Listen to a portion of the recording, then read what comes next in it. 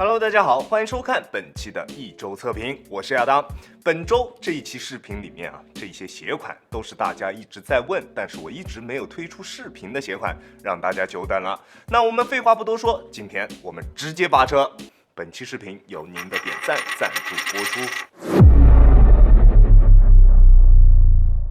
首先，第一款来自李宁的闪电之子1代，这一双鞋的整体外观非常出色，简约而不简单。整一双鞋身上只有后跟的内外侧有2个非常不起眼的李宁 logo， 而球鞋外侧的这一个闪电图案真的是这一双鞋身上的点睛之笔，让整一双鞋的外观不至于太单调。而且这个图案上面还有着类似于电镀的反光效果，让这一双鞋的质感也有着明显的上升。在配置方面，闪电之子使用了全掌的李宁云框架，加上前后掌内嵌式的泵，但是中底的泵体验感并不是特别明显。球鞋的中底重心控制的并不低，算是一个中等的高度，场地感表现并不是特别出色。不过它在反应性方面的表现是非常棒的，在突破的过程中，中底不会有任何的泄力感出现，突破的时候脚底下的感觉还是非常直接的。在缓震方面的表现也只能算是一个勉强够用的水平。如果你对于缓震有一定的要求，那这一双鞋不会是你想要的鞋款。虽然它前后掌都搭载了泵，但是在运动的过程中基本上体验不到，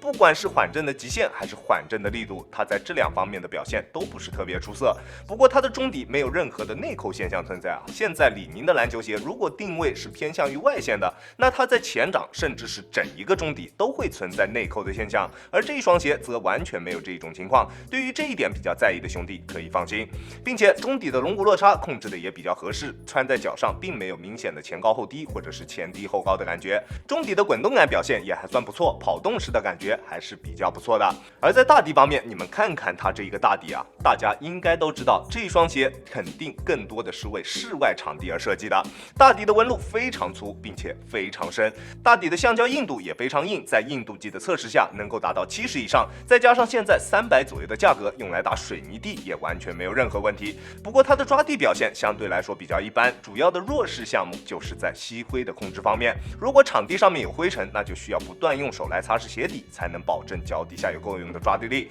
但是如果用来打外场的话，那就刚刚好了，耐磨出色，血槽也够厚，抓地力在粗制的外场上面也完全够用，用来打外场真的是再合适不过了。而在鞋面方面使用了3种不同的材质，在球鞋的最前端使用的是比较普通的工程网布，这种材质是在控制成本的前提下最不容易出错的一种材质，强度高，耐用性也不错，在舒适度方面也完全没有问题，在这一双鞋身上也同样如此。较高的鞋面强度，再加上它在侧面做出的中底以及大底的橡胶上翻，让它的侧向支撑得到了保证，不管做什么动作，它的鞋面都能够很好的兜住你的双脚。而中间部位所使用的这个网纱材质，则让这一双鞋在透气性方面有着不错的表现，在夏天穿也不至于会出现捂脚的情况。后掌则使用了这种偏硬的皮质材料，并且内部还加入了一块硬度比较不错的钢宝，让球鞋在后跟处的支撑也得到了保证。而它在鞋楦方面是略微有一些偏宽的，好在它的鞋面压得比较低，即使是窄脚的朋友穿它的包裹以及锁定也完全没有问题。但是如果你的脚背比较高的话，那你可能穿这一双鞋还是会出现比较明显的压脚背情况。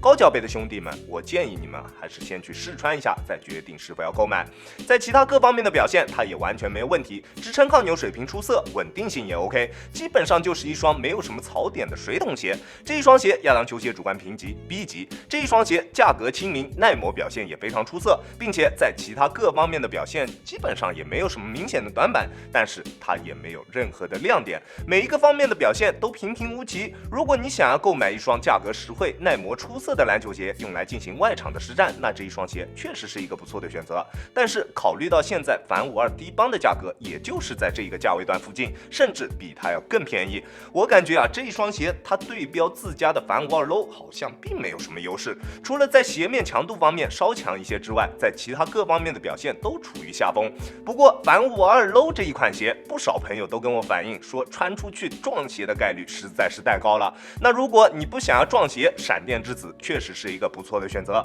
那在这一双鞋和反52 low 之间，你会选择哪一个鞋款呢？第二双361度的 Big 3 4.0 Quick， 这一双鞋真的可以算是361度推出来的真正意义上的一双后卫鞋了。整体的重心控制的非常不错，起码可以算是现在361度旗下所有的篮球鞋当中重心最低的一双了。场地感表现确实还是比较不错的，不过重心的降低，自然它在缓震上面就需要舍弃掉一点。缓震的极限并不是特别高，当然在正常的实战过程中也基本上是够用的，只是在单纯用脚后跟着地的时候，震脚的感觉会比较明显。反应性表现也同样非常出色，中底的全掌翼刃 Plus 调教的会偏硬一些，如果想要柔软的脚感，它并不具备。但是如果你想要的是反应性和场地感，那这一次361度真的能够满足你。而且它的抓地表现也非常出色，吸挥控制做的也完全没有问题，橡胶的耐磨水平打室外的塑胶场地也绝对够用。抓地和耐磨这两方面虽然不是说两者做的都非常优秀，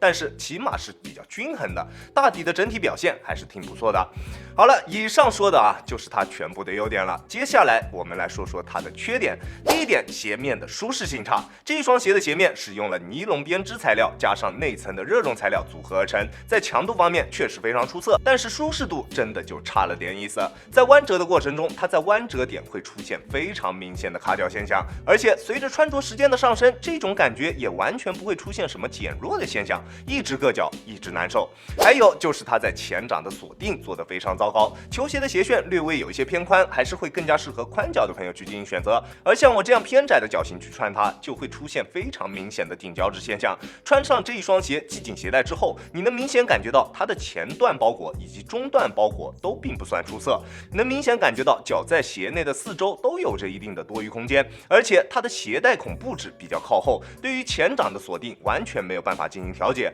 如果你的脚型是正常脚型，或者是跟我一样有一些偏窄的，那穿这一双鞋打球的时候，脚趾一定会比较遭罪。想要解决这一个问题的办法，就是穿一双特别厚的袜子，或者是穿2双袜子，又或者是打脚，尽可能的让自己的脚变得能够胖一点，这样它的包裹感受应该会得到一定的提升。在其他各方面的表现都算是中规中矩的一个表现，都是够用的，基本都没有什么大问题。如果你能够接受它鞋面方面的问题，那等价格降到300以内，买一双还是挺不错的一个选择。但是现在的价格嘛，我看还是算了。这一双鞋洋洋球鞋主观评级 C+，这一双鞋在整体的体验感上面其实还是挺普通的，确实这一次的中底重心是做低了，但是在很多方面做的还是挺糟糕的。我觉得现在361度好像把太多的精力都放在了研究外观上面，但是把最重要的这个实战体验方面却放到了后面。我还是那一句话，出色的外观可能可以获得一时的热度，但是实战强的篮球鞋才会真的一直处于销量榜的顶端。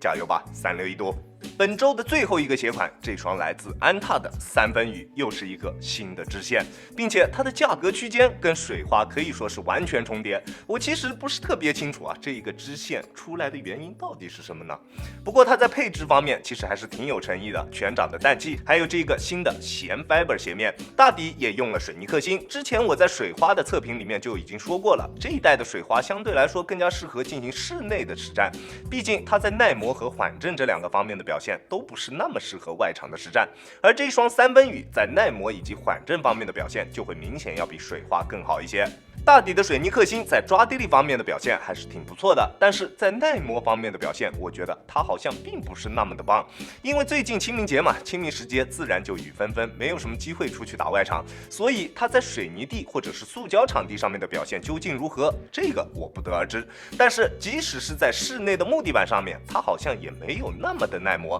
大底的橡胶在硬度计的测试下是达不到70的，如果打塑胶场地确实没有什么问题，但是水泥地的话，我觉得它还是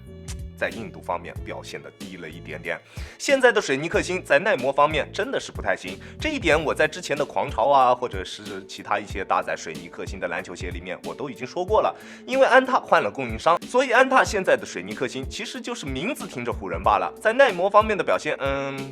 确实还不错，但是如果要打水泥地的话，还是李宁家的 Tough Rub 或者是 Tough OS 更值得信赖。而在中底方面，这一双3开的篮球鞋居然用上了全掌的氮气确实是有点惊到我了。现在这种超临界真的这么不值钱了。这一双鞋的中底脚感还是挺不错的，一上脚就能感觉到中底的软弹，它的龙骨落差控制的比较小，有比较明显的前高后低的感觉，而且中底的氮气调教的略微有一些偏软。这一双鞋明显就是更加注重脚感的一个鞋款，在前掌的反应性表现以及场地感表现都只能算一般，表现平平。不过在缓震方面的表现还是挺不错的，我在单纯用脚后跟着地的时候也不会出现明显的震脚感，但是它在后掌的稳定性方面就会存在着一点小问题。这一双鞋内侧的氮气基本上都做出了全方位的加固，但是在外侧基本上没有任何的加固。当你后跟触地的时候，你就能明显感觉到你的脚会往外侧偏。如果你的脚踝力量不够出色，这一双鞋我劝你还是慎选。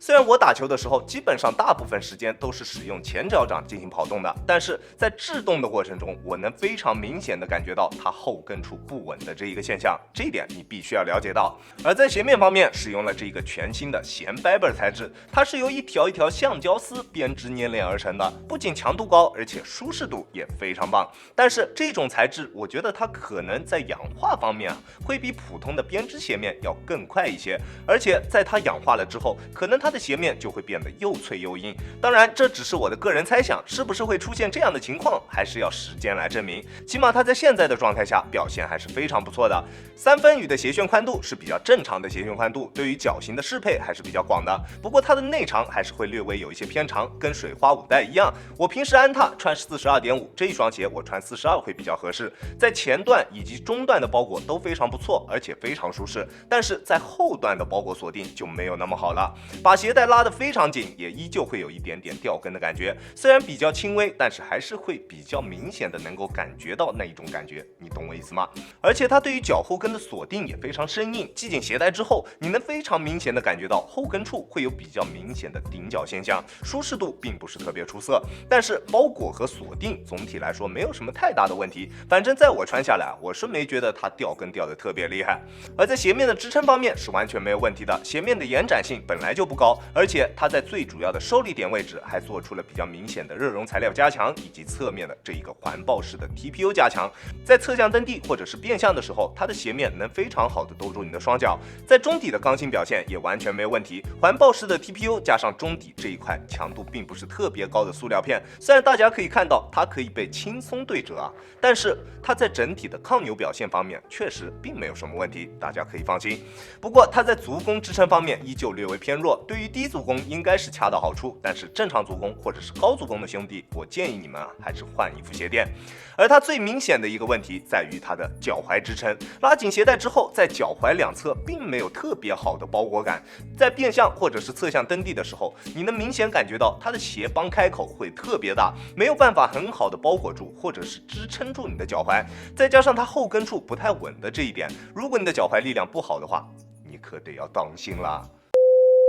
在重量方面的表现确实还算不错，单支42码的3分羽重量是375克，并且它的整体重量布置也十分合理，鞋脚一体性嘛，虽然不算太好，但是也不至于太差，穿在脚上的体感重量还是比较不错的。这一双鞋亚当球鞋主观评级 B 减，这一双鞋的穿着感受主打的就是一个舒适，对于偏向于投射比较多的球员来说，这一点确实是比较重要的，毕竟很多射手都一致认为是神鞋的 KD12 就是主打的一个舒适，而且我发现很多偏投射的球员就特别喜欢全掌 Zoom 的篮球鞋，全掌 Zoom 在我看来就是舒适为主的一个配置，而这一双3分羽对于偏投射的球员来说确实是一个比较不错的选择，毕竟突破比较少的话，它后跟处的支撑以及稳定性方面的问题自然相对来说就不是那么的严重。但是像我这样突破比较偏多一些的球员，穿它在场上打球的时候脚底下的信心总感觉不是那么的强，轻质的重量加上出色的脚感，它就是为了在场上不断跑动寻找空位的射手们而准备的一双篮球鞋。那如果你就是这样的球员，这一双鞋你可能会喜欢。OK， 这就是本周一期测评的全部内容了。本周的这3位嘉宾是不是有你比较关注的呢？那如果看了视频之后感觉还挺对胃口的，那等到它的价格达到你的预期之后就可以下手了。当此在这里提前祝贺大家签售成功，恭喜恭喜！好了，这就是本期视频的全部内容了。再次感谢大家观看本期的亚当球鞋，亚当球鞋一切从实战出发，我是亚当。如果你觉得我的视频可以帮助到你，希望你可以关注我，并且顺手给我点一个赞，这就是对我最大的支持了。好了，那我们下期视频再见吧，大家有空来做 ，peace。